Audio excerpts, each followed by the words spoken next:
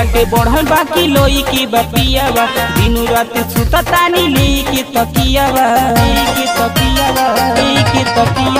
दिनु बाटे बढ़ल बाकी लोई की बपियावा दिनु रात सुता तानी लेके तकियावा कमन कहाँ मन सोझ करेला माथा हमारी चाटे कमन कहाँ मन सोझ करेला माथा हमारे चाटी तो सुती के चोली पचीटी काटे मरद मौगे मिलल बाटे तो सुती के चोली पचीटी काटे मरद मौगे मिलल बाटे बगल मिलल बाटे बगल मिलल बाटे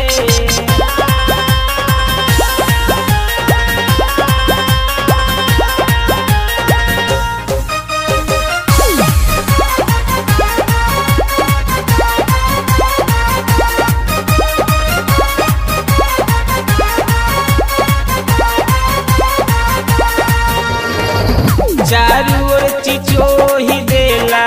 नोचा नोची के आही की भर न प्यार करेला कोरावा में धके चारू ओर चिचोही देला नोचा नोची के आही की भर न प्यार करेला कोरावा में धके अगुआ नतिया को हमरा खीसी बरताटे अगुआ नतिया को हमरा खीसी बरताटे तपती के चोली पचीटी काटे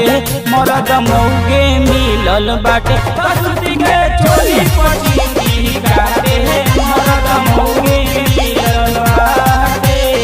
बगल मिलल बाटे मौगे मिलल बाटे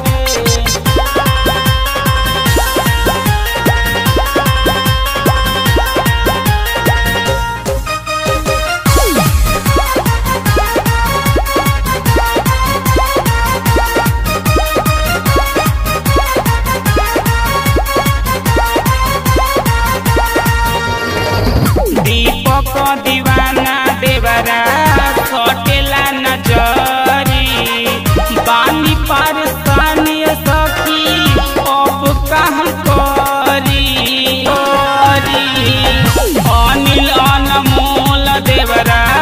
सटेला नजरी बानी परेशानी सखी अब कहम करी मन करे मरी जाई जहरी माहू खाके मन करे मरी जाई जहरी माहू खाके तसती के चोली पचीटी काटे मरद मौगे मिलल बाटे तसती के चोली पचीटी काटे मरद मौगे मिलल बाटे देहु बाटे बढ़ल बाकी लोई की बपियावा दिनु रात सुता तानी लेके तकियावा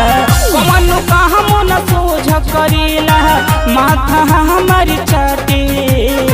कमन कहाँ मन सोझ करेला माथा हमारे चाटी तो सुती के चोली पचीटी काटे